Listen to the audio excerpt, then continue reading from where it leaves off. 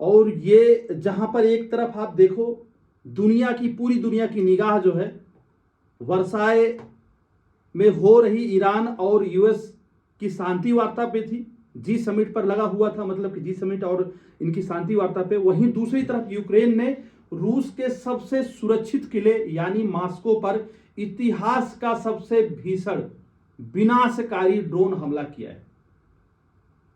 ये हमला कोई सामान्य जगह पे नहीं है। पहली बात रूस के राजधानी पे है, मॉस्को की कल्पोन्या आयल रिफाइनरी पर किया गया। मतलब कि मॉस्को के अंदर एक बहुत बड़ी रिफाइनरी है, बड़ी विशाल रिफाइनरी है रूस की, जिसको कल्पोन्या रिफाइनरी कहा जाता है। उस पर हमला किया। पुतिन के एयर डिफेंस सिस्टम मतलब यस 400 और पेंसर की धज्जियां उड़ा करके रख दी। आज के इस वीडियो में हम गहराई से यही विश्लेषण करने जा रहे हैं कि यूक्रेन ने रूस के इतने अंदर घुस करके महा हमले को कैसे अंजाम दिया।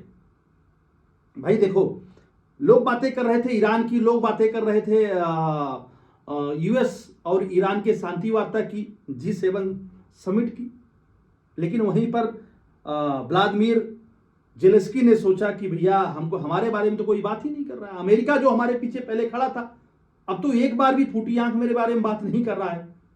तो जब पूरी दुनिया G7 की तरफ देख रही थी या फिर ऑयल क्राइसिस से जो है निपटने के लिए सोच रही थी कि बहुत जल्दी जो है समझौता हो जाएगा ईरान और यूएस का, लेकिन उसी बीच में यूक्रेन ने इतना भीषण हमला किया है कि मॉस्को मतलब रूस की राजधानी मॉस्को में एसिड रेन हुआ है, काले कलर की बारिश हुई है, सड़कों और गाड़ियों पर कार्बन गिरा है।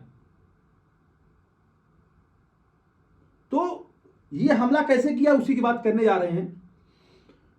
इसमें कौन कौन सी नया ड्रोन और कौन सी नई टेक्नोलॉजी यूज की गई उसकी बात करेंगे। और क्या यह युद्ध अब न्यूक्लियर इमरजेंसी की तरफ बढ़ रहा है, क्योंकि रूस एक परमाणु संपन्न देश है।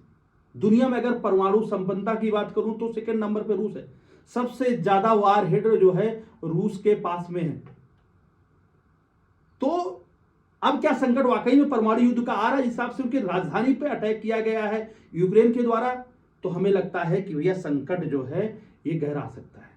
दोस्तों, इस हमले की जो टाइमिंग है वो बहुत खास है। इसको समझिए, जून 2026 के इस हफ्ते में यूक्रेन ने एक या दो नहीं बल्कि 200 से ज्यादा ड्रोन से सीधे रूस की राजधानी की तरफ रवाना किया। मतलब 200 से ज्यादा जो है ड्रोन रूस की तरफ इसी हफ्ते भेजा है। रूसी रक्षा मंत्रालय का दावा है कि उन्होंने सैकड़ों ड्रोन को इंटरसेप्ट किया है, लेकिन सच यह है कि कई घातक ड्रोन रूस के डिफेंस लेयर्स को भेदते हुए मॉस्को की कल्पोन्या आयल रिफाइनरी से जा टकराए। मतलब एयर डिफेंस सिस्टम यहां पर रूस का जो है फ्लॉप हुआ है, ओवरलोड हो गया, और उसको चकमा देके बहुत सारी जो है ड्रोन्स और मिसाइलें जो है इनके आयल रिफाइनरी पर जो है जाकर के टकराई हैं और धमाका करी हैं। सोशल मीडिया पर वायरल बहुत सारे ऐसी जो है वीडियो हो जहां पर आपको देखने को मिलेगा कि हिसाब से आयल इनका जो रिफाइनरी और आयल टैंक का जो ढक्कन है ना, फ्यूल टैंक के जो उनके ढक्कन है, कितने मीटर आसमान पे उड़ते हुए नजर आ रहे हैं धमाके में। इस ब्लास्ट के बाद मॉस्को के दक्षिण पूर्वी हिस्से का आसमान पूरी तरह से काला हो गया।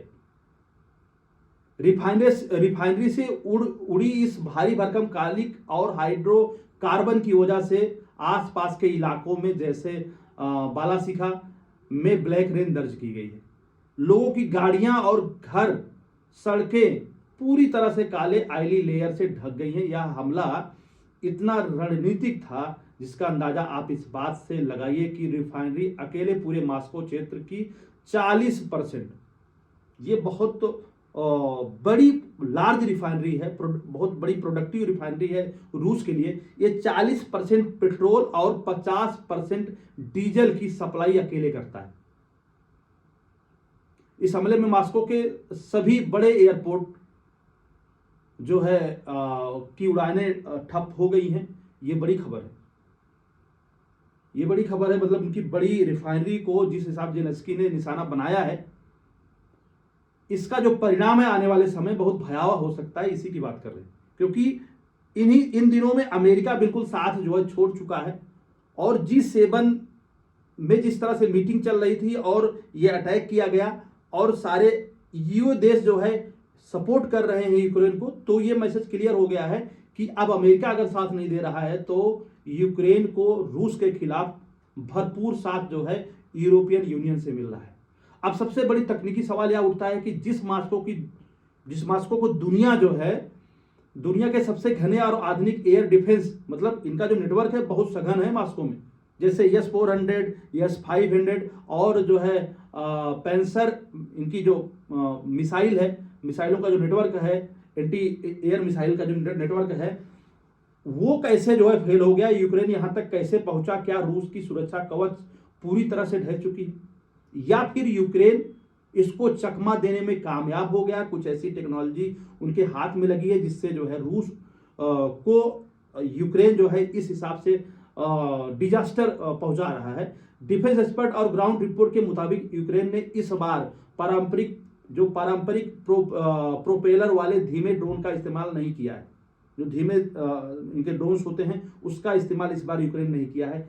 इस महा हमले में यूक्रेन ने अपने नए हाइब्रिड क्रूज मिसाइल ड्रोन जैसे बार्स, जिनको बार्स कहा जाता है, उनके साथ पैक्लो या प्लेंटासिया का इस्तेमाल किया है। मतलब वो पुराने जो पारंपरिक जो है ट्रेडिशनल प्रोपेलर वाले जो ड्रोन्स थे उनका इस्तेमाल नहीं किया, नए ड्रोन्स उतारे हैं इस बार जो है यूक्रेन ने इस युद्ध में, मतलब कि मास्को के ऊपर अटैक करने में। भैया टर्बो जेट इंजन, ये जो इनके ड्रोन्स हैं, जो बार्स ड्रोन्स हैं, उनमें टर्बो जेट इंजन लगे हुए हैं। ये सामान्य ड्रोन की तरह आवाज नहीं करते हैं, बल्कि 700 किलोमीटर प्रति घंटे की रफ्तार से भी तेज उड़ सकते हैं। लो अल्टीट्यूड फ्लाइंग है इनकी, ये इनकी खासियत है जो ड्रोन उतारे हैं। ये मिसाइल ड्रोन जमीन के मतलब बिल्कुल समानांतर बहुत करीब सतह से बहुत करीब चलते हैं, यानी घर और पेड़ों की ऊंचाई के आसपास या उनके थोड़ा सा ऊपर। इतनी कम ऊंचाई होने के कारण जो है ये किसी भी डिफेंस सिस्टम को कंफ्यूज कर सकते हैं। और यहाँ पर जो है S-400, S-500 का जो है डिफेंस नेटवर्क है उसको जो है उसके रडार को कंफ्यूज कर दिया। लॉन्ग रेंज मिसाइल का भी यूज किया है। ये यूक्रेन के उड़ान भरकर 500 से 800 किलोमीटर अंदर तक सटीक निशाना लगाने में सक्षम है। लॉन्ग रेंज ड्रोन का यूज किया है। यूक्रेन ने अपनी इस स्वदेशी प्राइवेट सेक्टर तकनीकी और यूरोपियन यूनियन से मिली तकनीकी मदद के दम पर S-400 की पूरी तरह से ओवरलोड और बेअसर कर दिया। मतलब ये सारी तकनीक जो उनको सहायता मिल रही है इसको यूरोपियन यूनियन कर रहा है, और इस तकनीक से उन्होंने रूस के S-400, S-500 को पहली बात ओवरलोड किया। इतने ड्रोन्स मारे कि समझ नहीं पाया, चकमा खा गया और जो है बिल्कुल फेल हुआ है। लो एल्टीट्यूड पे उड़ने के कारण डिटेक्ट नहीं कर पाए, कंफ्यूज हो गए इनके जो है एयर डिफेंस सिस्टम। इस हमले के पीछे की अगर क्रोनोलॉजी और ग्लोबल पॉलिटिक्स को भी समझना बेहद जरूरी है। मतलब ग्लोबल पॉलिटिक्स क्या है, क्या क्रोनोलॉजी है, तो आपको बताऊं यह हमला ठीक उसी वक्त हुआ जब G7 देशों की बड़ी बैठक चल रही थी और यूक्रेनी राष्ट्रपति व्लादिमीर ज़ेलेंस्की ने अमेरिका और फ्रांस के राष्ट्रपतियों के साथ एक बेहद महत्वपूर्ण जो है कोऑर्डिनेशन कॉल की थी। इस बैठक में ब्रिटेन ने यूक्रेन को और 750 मिलियन पाउंड की मदद की है और 1.5 लाख नए ड्रोन देने का ऐलान भी किया है। इस तरह से मदद कर रहा है यूक्रेन का जो है यूरोपियन यूनियन, वो भी रूस के ही फ्रीज किए गए एसेट्स के ब्याज से। मतलब जो रूस के जो है पैसे यूरोपियन यूनियन वगैरह लोगों ने फ्रीज किया है उसी की ब्याज से दिया है, कोई चैरिटी नहीं की है। बता रहे हैं तुम्हारे ही पैसों से, तुम्हारे ही पैसों के इंटरेस्ट से जो है अब जेलेंस्की या फिर यूक्रेन जो है रूस को ही मारने का हथियार बना रहा है। तो जेलेंस्की ने खुलकर कहा है कि अगर यूक्रेन जलेगा तो तुम्हारा मास्को भी जलेगा। उनका साफ मकसद पुतिन को बातचीत की टेबल तक लाना और घुटने पर लाना है। मतलब एक तरह से ये जो है धमकी है, एक तरह से चेतावनी दे रहे हैं कि हमारे यहाँ अगर अटैक होगा तो तुम्हारे यहाँ जो है मास्को भी जलेगा, अगर हमारे यूक्रेन में आग लगेगी तो। दिलचस्प बात यह है कि मास्को धधक रहा है। तब भी जो है रूसी राष्ट्रपति व्लादिमीर पुतिन मॉस्को में नहीं है, बल्कि कजान शहर में आसियान देशों के नेताओं के साथ द्विपक्षीय बैठक कर रहे हैं। पुतिन ने इस हमले पर तुरंत कोई सार्वजनिक बयान नहीं दिया है। इससे यह साफ झलकता है कि रूस दुनिया के सामने यह दिखाना चाह रहा है कि वह इस तरह के हमलों से विचलित नहीं है, लेकिन अंदर ही अंदर रूस के भीतर पब्लिक सेंटीमेंट, वहां के उग्र राष्ट्रवादी जो नेशनलिस्ट हैं और पुतिन पर दबाव बना रहे हैं कि भैया यूक्रेन का कुछ परमानेंट कुछ इलाज किया जाना जरूरी है। अब वहां के लोग जो राष्ट्रवादी लोग हैं वो ये डिमांड कर रहे हैं। अब दुनिया के सामने एक सबसे बड़ा डर यह है कि युद्ध का अगला मोड़ क्या होगा। रूस के पास दुनिया का दूसरा सबसे बड़ा परमाणु हथियार का जखीरा है, ये आप सब लोगों को मालूम है। रूस के कई बड़े मिलिट्री ब्लॉगर्स और राष्ट्रवादियों ने पुतिन से यह मांग की है कि अब पानी सर के ऊपर जा चुका है और यूक्रेन पर टेक्निकल न्यूक्लियर वेपन, मतलब यूक्रेन के ऊपर टैक्टिकल न्यूक्लियर वेपन का इस्तेमाल कर देना चाहिए। ये आवाज जो उठ रही है, ये आवाज उठ रही है रूस से। रूस के जो लोग हैं, जो नेशनलिस्ट लोग हैं, राष्ट्रवादी लोग हैं, वो इस बात को कह रहे हैं टैक्टिकल न्यूक्लियर जो है वेपन का यूज कर देना चाहिए। वहीं दूसरी तरफ यह भी अंदेशा जताया जा रहा है कि यूक्रेन अब यूरोप के सह पर रूस के नियंत्रण वाले जापोरेजिया परमाणु ऊर्जा संयंत्र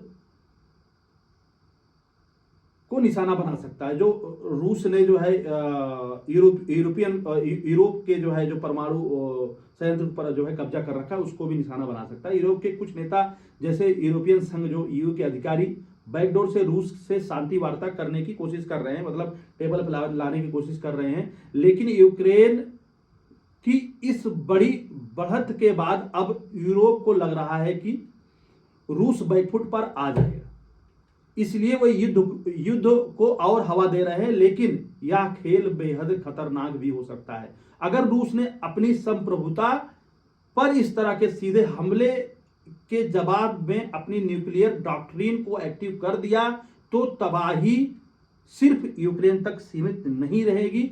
इस बात को थोड़ा सा यूरोपियन देशों को सोचना चाहिए। जिस हिसाब से मास्को के सबसे बड़ी रिफाइनरी पर अटैक किया गया है, तब रूस चुप नहीं बैठेगा। इन केस कुछ इस तरह का अगर हुआ तो मेरे ख्याल से बहुत बड़ा अनर्थ हो सकता है। दोस्तों, रूस यूक्रेन का यह युद्ध अब उस मोड़ पर आ चुका है जहां पर फ्रंटलाइन सीमाओं पर नहीं, बल्कि दोनों देशों की राजधानी की सड़कों मतलब तक आ गया है। यूक्रेन के ड्रोन्स ने अब रूस के साइबेरिया क्षेत्रों जैसे ट्यूमेन ऑयल रिफाइनरी, जो 2000 किलोमीटर दूर है, वहां तक पहुंचना शुरू कर दिया है। मॉस्को में हुई यह काली बारिश इस बात का सबूत है कि आने वाले दिन में वैश्विक अर्थव्यवस्था, तेल की कीमतों और विश्व शांति के लिए बेहद चुनौतीपूर्ण होने वाला है। सही बात है। इधर ईरान का युद्ध अभी पीस डील पर साइन हुआ, उसके बाद में हमें लगता है हो भी नहीं पाएगा, क्योंकि इधर इजराइल लेबनान पर अटैक कर रहा है। और बात करूं तो इधर यूक्रेन ने अपने हमले बढ़ा दिए रूस के ऊपर। आपको लगता है, आप बताइए, क्या यूक्रेन ने इस बार से ड्रोन हमलों का जवाब पुतिन परमाणु हम हथियारों से देंगे, या पुतिन बातचीत की टेबल पर आएंगे, जिस तरह से सोच रहे हैं यूरोपियन यूनियन वाले? अपनी राय कमेंट बॉक्स पे जरूर साझा करें। अगर आपको यह डीप एनालिसिस पसंद आई हो तो वीडियो को जरूर लाइक करें, अपने दोस्तों तक जरूर शेयर करें। इसी के साथ में वीडियो कंप्लीट करते हैं। आप लोग स्वस्थ रहें, मस्त रहें, जबरदस्त रहें। जय हिंद, जय विश्व।